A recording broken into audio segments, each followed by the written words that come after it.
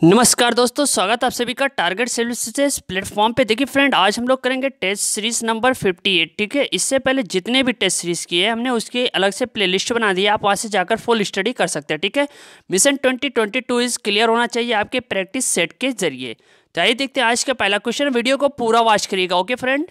So first question है यहाँ पे कि किस संविधान संशोधन द्वारा दिल्ली को राष्ट्रीय राजधानी क्षेत्र का दर्जा दिया गया है। तो इसका राइट ऑप्शन होगा ऑप्शन बी 69। देखिए 69 संविधान संशोधन अधिनियम के द्वारा यानी 1991 में दिल्ली को राष्ट्रीय राजधानी क्षेत्र का दर्जा प्रदान किया गया। राजधानी दिल्ली को संघ राज्य की श्रेणी में रखते हुए इसके लिए एक विधानसभा और मंत्री परिषद का भी उपबंध किया गया। ओके, सो नेक्स्ट क्वेश्चन है कि सिक्किम भारत का एक राज्य बनाया गया था।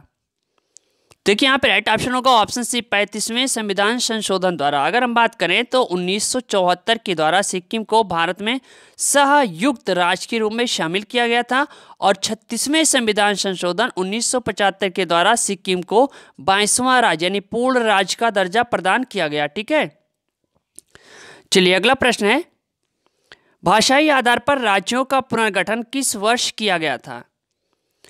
तो इसका राइट ऑप्शन होगा ऑप्शन सी 1956 में। ठीक है, चलिए अगला प्रश्न है यहाँ पे, किसी जात तथा जनजात को अनुसूचित जात तथा अनुसूचित जनजात घोषित करने हेतु शक्ति संपन्न संवैधानिक प्राधिकारी है। तो यहाँ पे राइट ऑप्शन होगा ऑप्शन यानी भारत का राष्ट्रपति। देखिए संविधान के अनुच्छेद 341 सब क्लास 1 के अनुसार राष्ट्रपति किसी राज्य संघीय क्षेत्र के संबंध में संबंधित राज्यपाल के परामर्श से उस राज्य या संघीय क्षेत्र की किसी जात को अनुसूचित जात के रूप में घोषित कर सकता है। ठीक है, चलिए अगला प्रश्न है, निम्न क्षेत्रों में से किस एक में राज्य सरकार का स्थानीय इकाइयों पर नियंत्रण नहीं होता। तो यहाँ पे राइट ऑप्शन है ऑप्शन ए नागरिकों की शिकायत, वेरी इंपॉर्टेंट है। ठीक है, चलिए अगला प्रश्न है, पंचायती राज की त्रिस्तरीय प्रणाली में आते हैं। तो यहाँ पे राइट ऑप्शन है ऑप्शन डी ग्राम पंचायत, क्षेत्र पंचायत समिति और जिला परिषद। चलिए अगला प्रश्न है, संविधान का 52वां संविधान संशोधन संबंधित है। तो यहाँ पे राइट ऑप्शन होगा ऑप्शन सी यानी दल बदल से। ओके, चलिए अगला प्रश्न है यहाँ पे, निम्नलिखित में से दिनेश गोस्वामी समिति ने सिफारिश की थी, किसके लिए की थी। तो इसका राइट ऑप्शन होगा ऑप्शन सी लोकसभा में चुनाव के सरकारी निधियन की।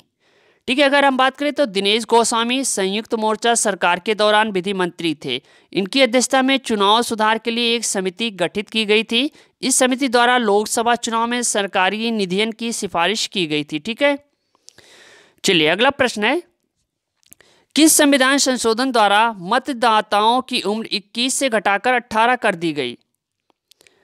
तो इसका राइट ऑप्शन होगा ऑप्शन यानी 61वां संविधान संशोधन 1988 के द्वारा। ठीक है, चलिए अगला प्रश्न है, निम्न में से कौन भारत में संघ राज्य संबंध से संबंधित नहीं है। तो इसका right option option C Indrajit Gupta समिति। देखिए इंद्रजीत गुप्ता समिति 1998 को चुनाव सुधार एवं जन प्रतिनिधित्व कानून 1951 में संशोधन के लिए सुझाव देने हेतु गठित किया गया। ठीक है, चलिए अगला प्रश्न है, निम्नलिखित में से कौन सा युग्म सही सुमेलित नहीं है। यहाँ पे संस्था है और यहाँ पे स्थापना वर्ष। तो राइट ऑप्शन होगा ऑप्शन डी प्रवर्तन निदेशालय 1956, ये हुआ था सन 2000 में इसकी स्थापना हुई थी। ठीक है, ध्यान दीजिएगा सन 2000 में। चलिए अगला प्रश्न है, कोको स्टेट निम्नलिखित में से किन दो द्वीपों को अलग करता है। तो ये करता है आपका ऑप्शन सी यानी कोको द्वीप समूह को उत्तरी अंडमान से। वेरी इंपॉर्टेंट क्वेश्चन है। सो नेक्स्ट क्वेश्चन है यहाँ पे, निम्नलिखित में से कौन सा युग्म सही सुमेलित नहीं है। तो इसका right option option C 9 degree channel Minicoy एवं लक्षद्वीप के मध्य। देखिए ये मिनिकॉय एवं लक्षद्वीप के मध्य सही सुमेलित नहीं है। चलिए अगला प्रश्न है, पीर पंजाल पर्वत श्रेणी में स्थित दर्रा है। देखिए सारे क्वेश्चन मोस्ट इंपॉर्टेंट है। सो यहाँ पे राइट ऑप्शन होगा ऑप्शन बी।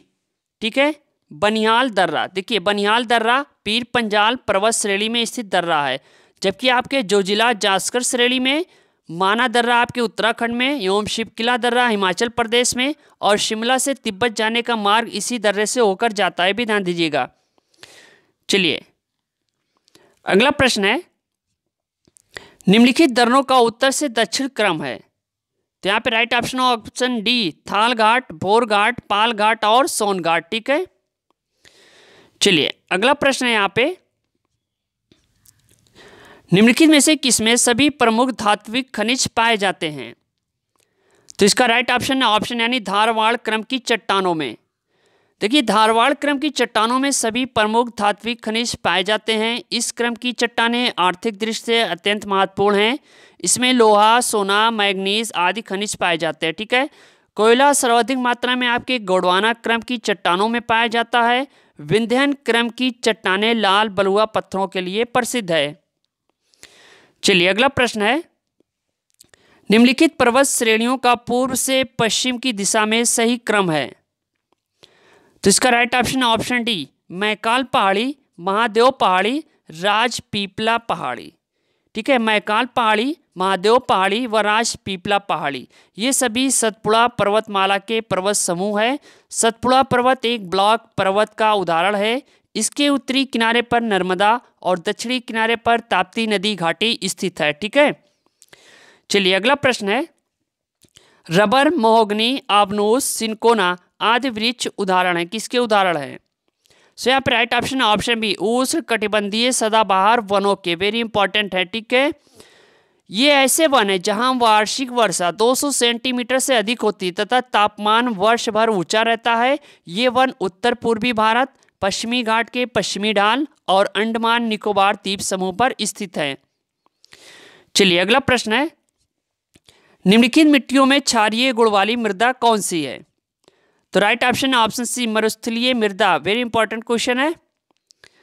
चलिए अगला प्रश्न है, दक्षिण की गंगा किस नदी को कहते हैं। चलिए इसका आंसर कमेंट बॉक्स में आप लोग दीजिए फटाफट। ठीक है, सो नेक्स्ट क्वेश्चन है, निम्नलिखित में कौन सा युग्म सही सुमेलित नहीं है। देखिए यहाँ पे पंछी विहार और यहाँ पे स्थान का नाम दिया हुआ। ठीक है, तो इसका राइट ऑप्शन होगा ऑप्शन बी, रंगाथिट्टू पंछी विहार, थट्टेकड़, केरल। देखिए ये मांड्या कर्नाटक में है, केरल में नहीं। कहाँ पे है, मांड्या कर्नाटक में। ओके, चलिए अगला प्रश्न है, निम्नलिखित में से खरीफ की फसल है। तो यहाँ पे राइट ऑप्शन होगा ऑप्शन यानी कपास। कपास की फसल क्या है, खरीफ की फसल के अंतर्गत आती है। इसके अलावा आपके चावल, ज्वार, बाजरा, मक्का, जूट, मूंगफली, तंबाकू आदि भी खरीफ की फसलें हैं। ठीक है, चलिए अगला प्रश्न है, दुर्गापुर इस्पात संयंत्र की स्थापना किस देश के सहयोग से की गई थी। देखिए यहाँ पे इसका राइट ऑप्शन होगा option C, Britain is the right option होगा। ओके, सो नेक्स्ट क्वेश्चन है यहाँ पे, निम्नलिखित में से शीतोष्ण कटिबंधीय मरुस्थल है, कौन सा है। तो इसका राइट ऑप्शन ऑप्शन यानी पैटागोनिया मरुस्थल। देखिए यहाँ पे अगर हम बात करें तो पैटागोनिया मरुस्थल उष्णकटिबंधीय मरुस्थल महाद्वीपों के पश्चिमी सीमांतों में व्यापारिक पवन मिट्टी में पाए जाते हैं। कालाहारी मरुस्थल दक्षिणी गोलार्ध में स्थित मरुस्थल है जो बोत्सवाना, नामीबिया एवं दक्षिणी अफ्रीका में विस्तृत है। ठीक है, चलिए अगला क्वेश्चन है कि निम्नलिखित घास के मैदान सूची 1 को उनकी स्थिति को सूची 2 से मेल करें तथा सही उत्तर का चयन करें। चलिए फ्रेंड, सो यहाँ पे राइट ऑप्शन होगा ऑप्शन बी। ठीक है, देखिए यहाँ पे प्रेरी उत्तरी अमेरिका। ठीक है, पंपास कहाँ पे, आपके अर्जेंटीना में, स्टेपीज आपके यूरोप में, वेल्ड कहाँ पे, आपके दक्षिणी अफ्रीका में। ठीक है, इस तरह से इसका सुमेलन होगा।